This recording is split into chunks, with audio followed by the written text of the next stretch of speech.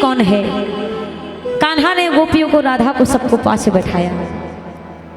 कहने लगे कि जब त्रेता में भगवान श्री राम रावण को मारकर जब अयोध्या लौटे तो सब अपने कक्ष में आराम कर रहे थे, पर श्री राम के मन में एक विचार आया कि इतना सहयोग, इतना काम हनुमान जी महाराज ने मेरे लिए किया, यदि हनुमान जी महाराज नहीं होते तो आज लंका पर विजय पाना, जानकी जी को वापस लाना मेरे लिए असंभव था। तो ये हनुमान जी का ऋण कैसे चुकाया जाए, जो उन्होंने एहसान किया है, इस एहसान को कैसे चुकाया जाए। सबसे पूछा एक एक करके, जानकी जी से पूछा। जानकी जी कहने लगी, प्रभु आप मुझसे पूछ रहे हैं, यदि हनुमान जी नहीं होते तो आज मैं आपके सामने नहीं होती। मैं क्या बताऊं, कैसे बताऊं कि कैसे ऋण चुकाएंगे।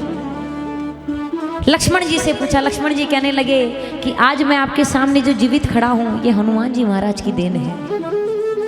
अगर वो समय पर संजीवनी बूटी नहीं लेकर आते तो आज मैं आपके सामने जीवित नहीं होता। सबसे पूछा, किसी से उत्तर नहीं मिला। उस समय राजगद्दी पे कौन था?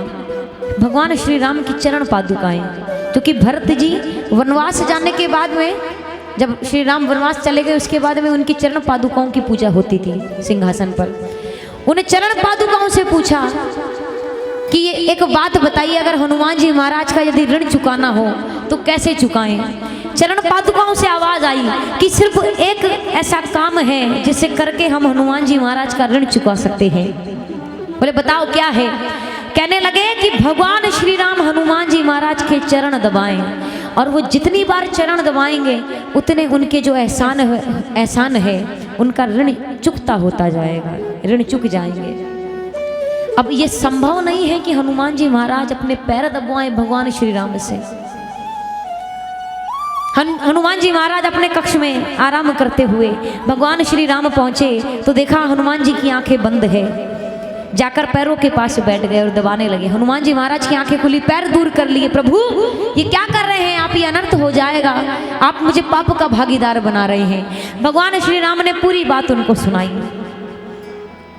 हनुमान जी महाराज ने कहा, प्रभु इस जन्म में तो संभव नहीं है, पर हम ऐसा कोई उपाय ढूंढेंगे कि जो आपके मन की इच्छा है वो पूरी होगी। भगवान विष्णु से पूछा कि इसका उपाय बताइए, क्या किया जाए। भगवान विष्णु ने कहा कि जब द्वापर में आप भगवान श्री कृष्ण का जब रूप लेंगे तो इस बार लक्ष्मण जी आपके बड़े भाई बनेंगे, बलभद्र जी, बलराम जी। इस बार जो छोटे भाई हैं लक्ष्मण जी, वो आपके बड़े भाई बनेंगे। और सबसे बड़ी बात कि हनुमान जी महाराज के रूप में जानते हैं क्या होगा? आपकी बांसुरी। जिस प्रकार इस युग में 24 घंटे हनुमान जी महाराज ने आपकी सेवा की है, आपके साथ रहे, आपका साथ दिया, उसी प्रकार द्वापर में जब आप भगवान श्री कृष्ण का रूप लेंगे तो ये हनुमान जी महाराज के रूप में बांसुरी आपके साथ में रहेगी। और जब जब आप बांसुरी बजाएंगे तो ये हनुमान जी महाराज की चरण सेवा होगी। और ये कोई मनगढ़ंत कहानी नहीं है, ये रामचरितमानस में आप जब पढ़ेंगे, जब सुनेंगे तो आपको सुनने को ये मिलेगा। तो ये पूरी बात, पूरी वृत्तांत जो है इस भजन के माध्यम से सुनिएगा कि किस प्रकार भगवान श्री कृष्ण ने समझाया राधा जी को।